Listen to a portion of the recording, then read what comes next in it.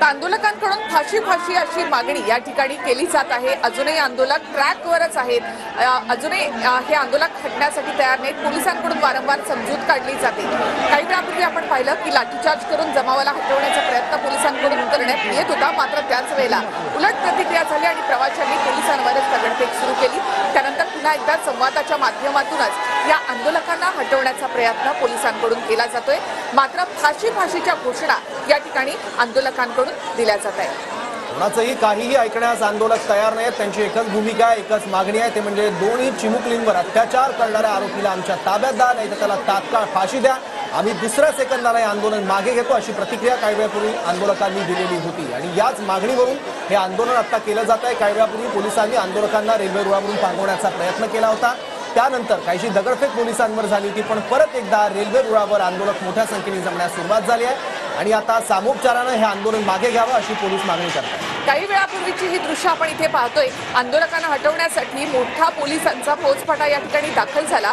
पोलिसांकडून सौम्य लाठीचार्ज करण्याचा प्रयत्न झाला, मात्र त्याच वेळेला प्रवाशांकडनं या ठिकाणी तीव्र प्रतिक्रिया उमटली आणि दगडफेक सुरू झाली। यामध्ये काही आंदोलकांनी सामंजस्याची भूमिका घेत दगडफेक न करण्याचं आवाहन देखील केलंय, पण त्यानंतर परत एकदा या रेल्वे रुळावर आंदोलक एकत्र जमलेले आहेत आणि आंदोलनाला पुन्हा एकदा नव्याने सुरुवात झालेली आहे। आता आंदोलकांसोबत पोलीस संवाद साधतायत। या आंदोलनामध्ये कुठलाही अनुचित प्रकार घडू शकतो, तो घडू नये, त्यामुळे आंदोलन मागे घ्या अशी विनंती काही वेळापूर्वी सुद्धा पोलिसांनी केलेली होती। इतकंच नाही तर काही रुग्ण येत आहेत, काही महिला आहेत, त्यामुळे हे आंदोलन लगेच मागे घ्यावं आणि रेल्वे वाहतूक पूर्वपदावर आणावी अशी मागणी पोलिसांनी, अशी विनंती या आंदोलकांना केलेली होती।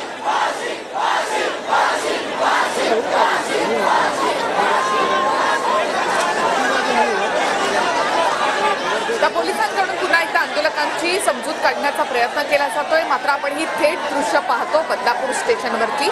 आंदोलक अजूनही आपल्या मागणीवर ठाम आहेत आणि फाशीची शिक्षा द्या अशी आग्रही मागणी त्यांनी या ठिकाणी केलेली आहे। घटना इतकी संतापजनक आहे की यामध्ये या आंदोलनामध्ये एक जण जोडला गेलेला आहे आणि आता ही रेल्वे स्टेशनवरची संख्या देखील तेवढ्याच मोठ्या संख्येनं वाढते।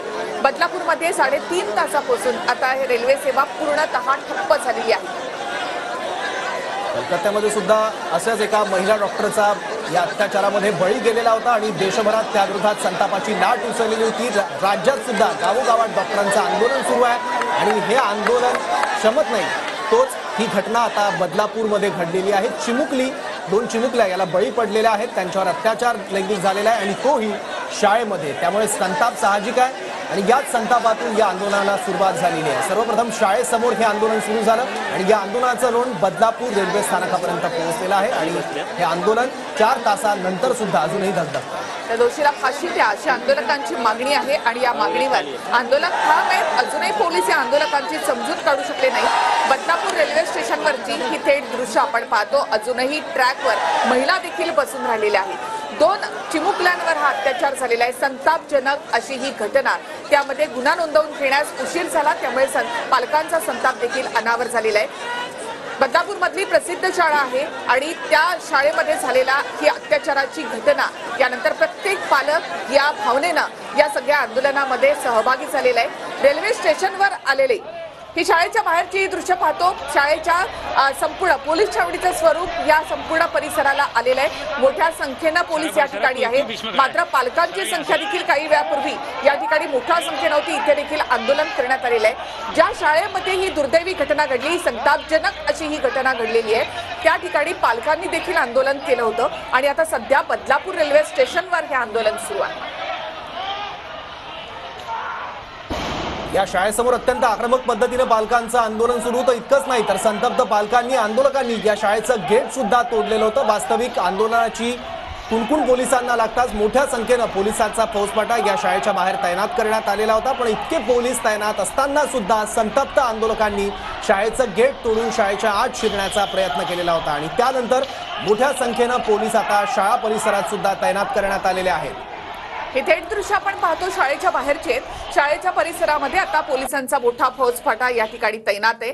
त्याचबरोबर मोठ्या संख्येनं पालक या शाळेच्या बाहेर देखील जमलेले होते, मात्र आता शाळेमध्ये आणि शाळेच्या बाहेर देखील पोलिसांची मोठी कुमक या ठिकाणी मागवण्यात आलेली आहे। दुसरी दृश्य आहेत ती बदलापूर रेल्वे स्टेशनवरची. अजूनही तिथे संतप्त पालकांचं, विद्यार्थ्यांचं, त्याचबरोबर चाकरमान्यांचं आंदोलन सुरू आहे.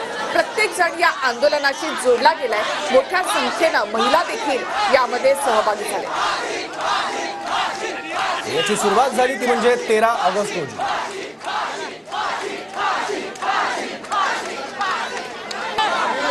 आंदोलकांकडनं एकच मागणी या ठिकाणी केली जाते, ते म्हणजे दोषीला फाशी द्या अशी मागणी या ठिकाणी केली जात आहे. दुसरीकडे पोलिसांकडून शाळेच्या परिसरात अश्रुधुराच्या नळकांड्या देखील फोडण्यात आलेल्या आहेत. आंदोलकांना पांगवण्यासाठी पोलिसांनी अश्रुधुराच्या नळकांड्या शाळा परिसरात फोडलेल्या आहेत. मात्र अजूनही काही पालक जे आहेत ते शाळेच्या परिसरामध्ये या ठिकाणी आहेत. तर पोलिसांचा मोठा फौजफाटा आपण शाळेच्या बाहेर या ठिकाणी पाहतोय. पालक आता आपल्याला या ठिकाणी दिसत नाही, तेवढा पोलिसांचा फौजफाटा या ठिकाणी पाहायला मिळते. मात्र पालकांचा संताप इथे देखील अनावर झालेला होता. त्यांनी शाळेत शिरण्याचा देखील या ठिकाणी प्रयत्न केला होता. त्यानंतर पोलिसांची मोठी कुमक या ठिकाणी मागवण्यात आलेली आहे आणि संपूर्ण या परिसराला आता पोलीस छावणीचं स्वरूप आले.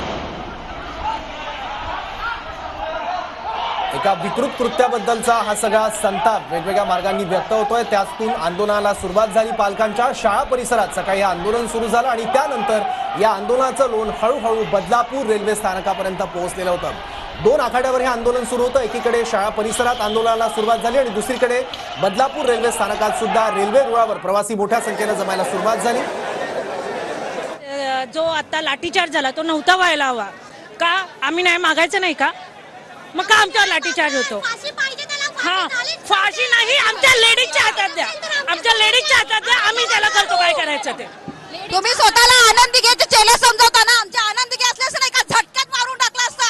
सीएम म्हणून बोलायची गरज नाहीये त्यांना. आमचा एकच गौतमी पाटीलला तुम्ही बघायला येता, पण आता एक पण नेते मंडळी बदलापूरचा इथे हजर नाहीये. मग लोक ओरडणारच, रस्त्यावर येणारच ना. एकच म्हणणं आहे, त्याला फाशी पण नाही, त्याला आमच्या ताब्यात द्या, सगळ्या लेडीजच्या ताब्यात. हे जर कुठल्या पोलीसवाल्या बरोबर झालं असतं, पोलीसवाल्याच्या मुलीवर बायकोवर अत्याचार झाला असता तर त्यांनी काय केलं असतं? हेच केलं असतं का? म्हणजे आमची मुलं सेफ नाही आणि ह्यांच्या बायका बरोबर सेफ, म्हणजे महिला तरी काय सेफ? मग सुरक्षित नाही का? महिला सुरक्षित नाही. महिलांवर लाठीचार्ज करतात. दिवसभर ऑफिसला जातो आम्ही, कोणाच्या भरवशावरती जाऊ? तर शाळा पण रिस्पॉन्सिबिलिटी घेत नाही. आम्ही कोणावरती जाऊ? मुली जर सुरक्षित नसतील, आम्ही कोणाच्या जीवावर मुलीला शाळेत पाठवायचं, कॉलेजला पाठवायचं? बदलापूर प्रशासन करतं काय? पटापट याचा निर्णय घ्या, नाही तर लोक कायदा हातात घेतील. खूप अवघड होऊन बसेल. मग आम्ही उद्यापासून ऑफिसला जायचं की नाही, मुलांना शाळेत पाठवायचं की नाही, हा मोठा प्रश्न झालाय. भले शाळा ती कोणतीही असू दे, शेवटी आमच्या मुलांची सेफ्टी ही आम्हाला भारतच का लागले? जर पोरगी आहे तर तिथं तिथे केस. हा देश तेव्हा स्वतंत्र असेल जेव्हा आपल्या मुली रात्रीच्या बिनधास्त फिरू शकतात. आणि आम्हाला तारखा नकोय, आम्हाला ऑन दी स्पॉट फाशी हवी. बघितलं, महिला संतप्त झाल्या आहेत. मोठ्या प्रमाणात या ठिकाणी रोड रोको केला आहे. मात्र आपण जर बघितलं तर त्यांची एकच मागणी आहे की या ठिकाणी महिलांना